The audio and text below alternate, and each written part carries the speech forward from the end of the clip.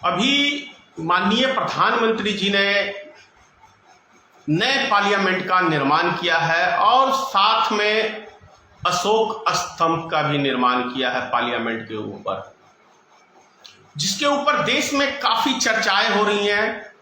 कोई भी पार्टी हो, पक्ष में हो विपक्ष में हो, या सोशल मीडिया पे खूब सारी ढेरों सारी आलोचना भी है। और भारतीय जनता पार्टी के जो लीडर हैं वो समर्थन में, क्योंकि वो तो उस पार्टी से तो समर्थन में रहेंगे। लेकिन सबसे महत्वपूर्ण बात क्या है कि सम्राट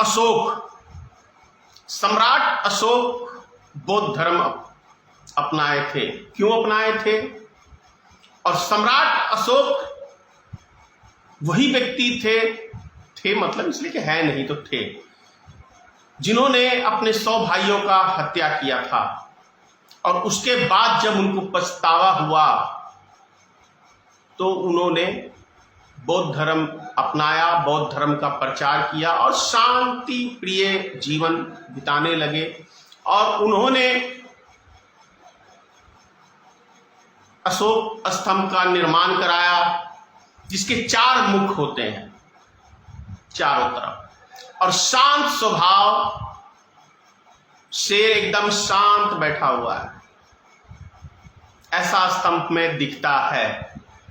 लेकिन माननीय प्रधानमंत्री जी का अब 2 राजा हैं, एक सम्राट अशोक थे और एक माननीय प्रधानमंत्री श्री नरेंद्र मोदी जी हैं। अब दोनों राजाओं का मंशा क्या? एक राजा का तो भूख मिट गया तो शांत स्वभाव के हो गए, दूसरा राजा श्री नरेंद्र मोदी, उन्होंने जो अशोक स्तंभ बनाया है, शेर का जो मुख दिया गया है, खुला मुंह है, ये लंबे लंबे दांत चारों तरफ, मुंह फाड़े हुआ है, क्योंकि शेर भूखा है और शेर को खाना चाहिए। और शेर खाता क्या है ये हम सबको समझने की जरूरत है। शेर मांस खाता है, खून पीता है। तो इसका मतलब हमारे देश के जो प्रधानमंत्री हैं अभी भूखे हैं, इनकी इच्छा नहीं भरी है अभी लोगों का खून पी के। भाई वो शेर मांस खाता है और ये शेर लोगों का खून पीता है। खून किस तरीके से पीता है?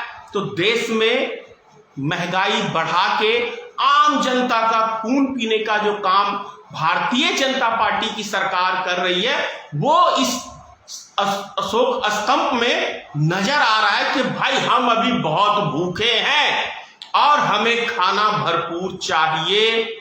इसीलिए नरेंद्र मोदी जी ने ऐसे अशोक स्तंभ का निर्माण कराया है कि हम अभी बहुत भूखे हैं और जब तक इस देश की जनता का एक एक बूंद हम खून पी नहीं लेंगे तब तक हमें सुख चैन नहीं मिलेगा।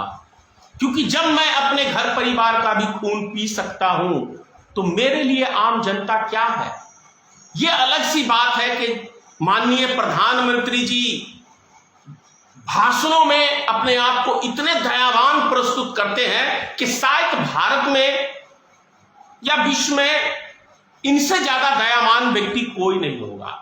लेकिन हकीकत तो यह है कि भारत में जहां जहां आपदा आती है वहां से श्री नरेंद्र मोदी जी आंख बंद कर लेते हैं, मुख मोड़ लेते हैं। गुजरात से आते हैं, गुजरात से, और गुजरात में अभी बाढ़ की आफत कैसी आई हुई है, एक बिंदु एक लफ्ज सुने हैं? नहीं सुने हैं।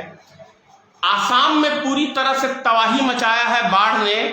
किसी भारतीय, वहीं पे भारतीय जनता पार्टी के वो जो शिवसेना के सारे विधायक किडनैप करके, किडनैप ही कहेंगे, किडनैप करके जो रखा गया था वहां पे आसाम के अंदर 5 सितारा होटल के अंदर, किसी विधायक ने या किसी मंत्री ने एक टिप्पणी की कि हमें अभी इस सरकार जरूरी नहीं है, लोगों की जिंदगी जरूरी है, हमें लोगों की जिंदगी बचानी चाहिए।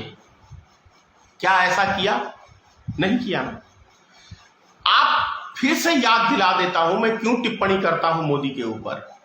लॉकडाउन हुआ था, क्या भाषण में कहा था, मैं बहनों और भाइयों गरीब मजदूरों के पैरों में चप्पल नहीं, मैं उनको हवाई जहाज में देखना चाहता हूं। तो पैर की चप्पल भी उतर गई गरीब मजदूर की, और पैदल चलने से उनके पैर भी फटे, पैर भी मोटे मोटे हुए। एक उप या किसी तरह की सहायता नरेंद्र मोदी ने की किसी व्यक्ति की, उसकी सरकार ने नहीं की। उसके बाद आपको याद होगा 2016 का नोटबंदी, 200 से ज्यादा लोग लाइन में लग के मरे थे। एक भी भारतीय जनता पार्टी का लीडर अफसोस किया कि हमारी गलती के कारण से ये गरीब मजदूर मर रहे हैं? नहीं किया ना। फिर यूपी में देख लीजिए, प्रयागराज में लाशों का ढेर अंबार। कोरोना काल जो ये लोग कहते थे, मैं तो मानता नहीं, मैं नहीं मानता, दुनिया माने, मैं नहीं मानता। ये जानबूझ के लोगों की हत्या की गई है मोदी सरकार के द्वारा, मास्टर प्लान के द्वारा। इसीलिए मैंने कहा कि हमारे देश का प्रधानमंत्री अशोक सम्राट का स्तंभ बनाए हैं, शेर वाला, भूखा शेर है। सम्राट अशोक का शेर पेट भरा हुआ था तो इसीलिए मौन व्रत था, और माननीय प्रधानमंत्री जी स्वयं भी भूखे हैं और इनके शेर भी भूखे हैं, इसीलिए मुंह फाड़े हुए हैं देश की जनता का रस खून निचोड़ के पीने के लिए। जय हिंद। और एक बात और भूल गया मैं, उत्तर प्रदेश में अभी देखा आपने, उत्तर प्रदेश में 4 मजदूरों को गिरफ्तार किया है योगी सरकार ने, उनके प्रशासन ने। किसको गिरफ्तार किया? 4 मजदूरों को, जो पोस्टर चिपकाते हैं रात्रि के समय, क्योंकि रात्रि में ट्रैफिक नहीं होती तो ये मजदूर रात में जाके पोस्टर चिपकाने का काम करते हैं। और उस पोस्टर में क्या था? केवल महंगाई के विषय में तो लिखा हुआ था। 4 को जेल में डाल दिया। आसाम में क्या हुआ?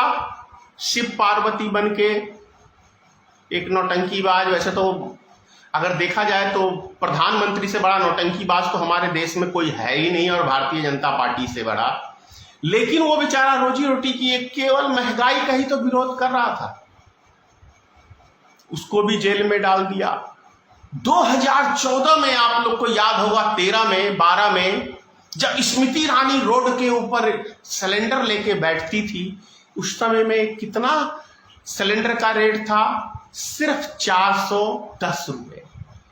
और आज के समय में यदि हम कहें कि स्मृति ईरानी मर गई है तो कोई बुरा तो नहीं होगा, क्योंकि 2013 के बाद स्मृति ईरानी कभी नजर ही नहीं आई। वो स्मृति ईरानी जो थी वो गरीब मजदूरों के लिए लड़ती थी, और ये स्मृति ईरानी जो अभी वर्तमान में मंत्री है, ये उद्योगपतियों के लिए लड़ती है। अंतर है। तो जो गरीब मजदूरों के लिए जो स्मृति ईरानी थी वो मर गई, जो प्रधानमंत्री को चूड़ी भेजा करती थी। अब ये स्मृति ईरानी जो है ये प्रधानमंत्री के आगे मुजरा किया करती है, इसलिए वो स्मृति ईरानी मर गई और ये स्मृति ईरानी मुजरे वाली है। मुजरा बहुत अच्छा करती है, प्रधानमंत्री को प्रसन्न करती रहती है और उद्योगपतियों को। तो इस भूखे भेड़िया शेर से जनता बच जाए, ये विधाता से प्रार्थना करूंगा। जय हिंद। अगर आप चाहते हैं गरीब हर वंचित इंसान की आवाज आप तक पहुंचे तो हमारे चैनल को सब्सक्राइब करें और बेल आइकन का बटन दबाना ना भूलें। देखते रहिए भोजन न्यूज।